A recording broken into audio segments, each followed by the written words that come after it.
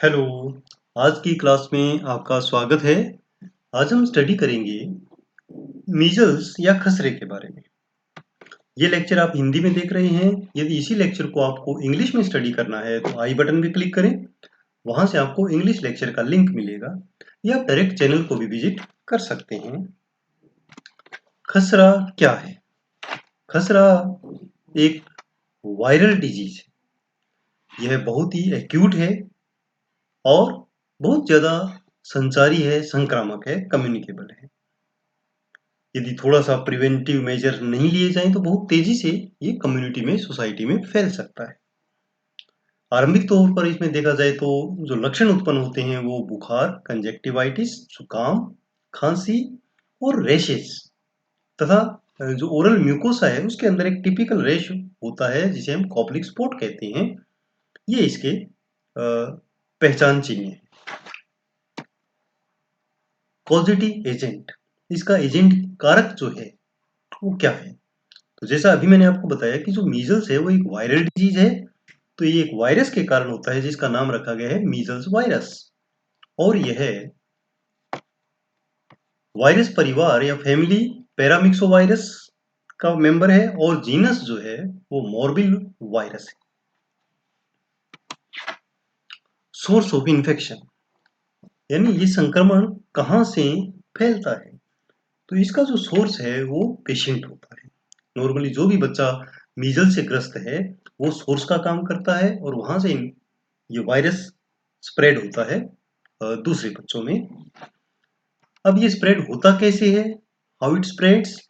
इसका जो mode of transmission है वो डायरेक्ट कॉन्टैक्ट जिसमें ड्रॉपलेट इन्फेक्शन है।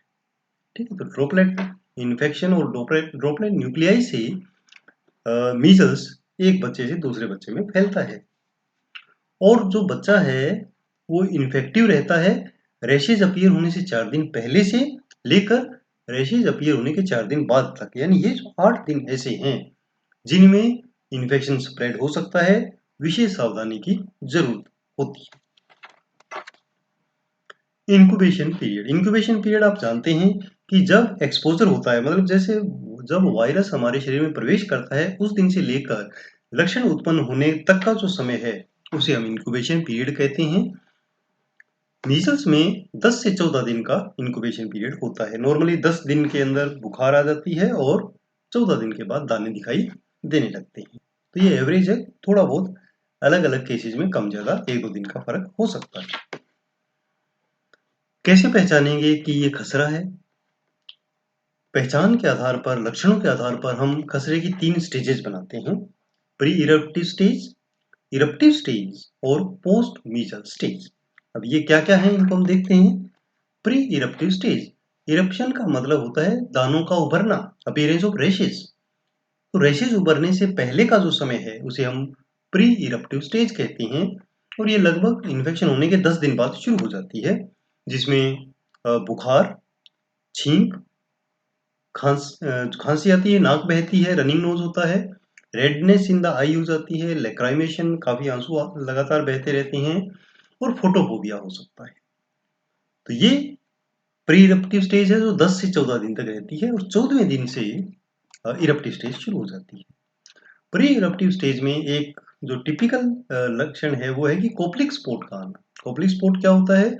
बक्कल जो ओरल म्यूकोसा है उसमें निचले दूसरे और तीसरे मोलर के पास छोटे-छोटे क्रिस्टल्स जैसे जैसे नमक के क्रिस्टल हो वैसे दाने दिखाई देते हैं। उसे हम कोप्लिक स्पॉट कहते हैं और ये छोटे होते हैं, पिन हेड के समान होते हैं और क्लियर दिखाई देते हैं। तो एग्जाम में कई बार ये क्वेश्चन पूछा जाता है, Koplik spot is associated with which disease? The answer will be measles. ठीक है, तो ऐसे क्वेश्चन आए तो आपको पता होना चाहिए कि कॉप्लिक स्पॉट मीजल्स में होता है। कई बार मैच द फॉलोइंग आ जाता है, तो मीजल्स को मैच करना है कॉप्लिक स्पॉट से। ओके। इरप्टिव स्टेज जिसमें दाने उभरते हैं तो ये 14 दिन से शुरू हो जाते हैं और नॉर्मली ये देखा गया है कि मैक्यूलोपेपुलर रैशेज होते हैं जो कान के पीछे से शुरू होते हैं और कुछ ही घंटों में पूरे चेहरे और नेक पर ये छा जाते हैं। फिर नीचे पूरी बॉडी में जाते हैं और 2 से 3 दिन तक पूरे शरीर पर ये फैल जाते हैं। पोस्ट मीजल स्टेज, पोस्ट मीजल स्टेज उस समय होती है जब रेशेस अपीयर खत्म हो जाती है, लगभग 14 दिन के बाद हम इसको मान सकते हैं। नॉर्मली वजन कम हो जाएगा इस कंडीशन में बच्चे का, बच्चा काफी कमजोर रहेगा और धीरे धीरे, क्योंकि इसमें फीवर और जो रैशेज है वो कम होने शुरू हो जाते हैं, बट फिर भी कमजोर रहता है बच्चा, इसलिए हम इसको पोस्ट मीजल स्टेज कहते हैं। कई बार इसमें विकास जो ग्रोथ रिटार्डेशन है वो हो जाती है, दस्त लगते हैं, कैंक्रम मोरिस हो जाता है, यानी साइड से होठ फट जाते हैं, इन्फेक्शन हो जाते हैं और अवसरवादी इन्फेक्शन जिसे हम अपॉर्चुनिस्टिक इन्फेक्शन कहते हैं वो हो सकता है, क्योंकि इम्यूनिटी थोड़ी डाउन हो जाती है। तो ये कंडीशन जो है वो पोस्ट मीजल्स कहलाएगी और इसी दौरान धीरे धीरे बुखार और रैशेज कम होने शुरू हो जाते हैं और ये मान के चलते हैं कि लगभग 21 से 23 दिन तक का ये पीरियड रहता है और इन दिनों में रैशेज भी गायब हो जाते हैं, बहुत ही कम रहते हैं और फीवर है वो कंप्लीट, जो अदर जो लक्षण है वो ठीक हो जाते हैं। सेल्फ लिमिटिंग डिजीज है, अपने आप ठीक होती है, बट कभी कभी रेयर केस में कॉम्प्लिकेशन हो सकती है, तो वो सीरियस सिचुएशन हो सकती है, उसमें फिर फर्दर आगे स्पेशल ट्रीटमेंट की जरूरत पड़ सकती है। वो जो आम जटिलताएं हैं या कॉम्प्लिकेशन है वो है दस्त का लगना, क्रोनिक डायरिया हो जाता है, न्यूमोनिया हो सकता है, अन्य रेस्पिरेटरी प्रॉब्लम्स हो सकती हैं, ओटाइटिस मीडिया भी हो सकता है। ओटाइटिस मीडिया क्या है? कान का इन्फेक्शन। डायग्नोस्टिक इन्वेस्टिगेशन, कैसे डायग्नोसिस करते हैं इसका? स्पेशल कुछ डायग्नोसिस जो इन्वेस्टिगेशन है वो कराने की जरूरत नहीं है, क्योंकि इसमें जो लक्षण हैं वो टिपिकल होते हैं, तो क्लियर पता लगता है कि ये खसरे का पेशेंट है। उनमें मुख्य रूप से कोप्लिक स्पॉट एंड फीवर के साथ रैशेस, तो ये जो कंडीशन है वो खसरे में है, तो आइडेंटिफाई हो जाता है कि ये खसरा है। बट कभी कभी लैब पर्पज से या रिसर्च पर्पज से आईजीएम एंटीबॉडी का भी हम टेस्ट करवा सकते हैं, बट वो जरूरी नहीं है, लक्षणों से ही खसरे का डायग्नोसिस करके इसको आगे हम रिपोर्टिंग और नोटिफिकेशन के लिए भेज सकते हैं। ट्रीटमेंट, जैसा अभी मैंने आपको बताया कि खसरे के लिए कोई विशेष ट्रीटमेंट नहीं है, क्योंकि वायरल डिजीज है, सेल्फ लिमिटिंग डिजीज है, केवल सपोर्टिव ट्रीटमेंट देता है लक्षणों के आधार पर और कुछ समय बाद ऑटोमेटिकली बच्चा ठीक होना शुरू हो जाता है। कभी कभी विटामिन ए की खुराक की भी इसमें सिफारिश की जाती है और मेन ध्यान रखा जाता है कि रोग फैले नहीं, ठीक है ना, एक बच्चे से दूसरे बच्चे में फैले नहीं, उसके ऊपर मेन ध्यान दिया जाता है। अब उसके लिए क्या ध्यान रखना है? सबसे पहले टीकाकरण। खसरे से बचाव के लिए जो टीकाकरण है वो सर्वोत्तम प्रणाली है। खसरे का टीका अकेला भी हो सकता है, अकेला मीजल्स का, या एमआर के रूप में हो सकता है, मीजल्स और रूबेला कॉम्बिनेशन के रूप में, और मीजल्स रूबेला और मम्प्स के कॉम्बिनेशन के रूप में भी आता है।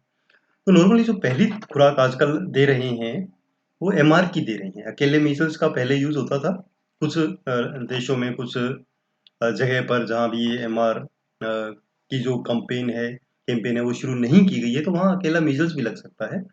अदरवाइज 9 मंथ पे आजकल एमआर लग रहा है और जो 15 मंथ पे सेकेंड डोज इसकी दी जानी है उसमें एमएमआर के रूप में दी जानी है।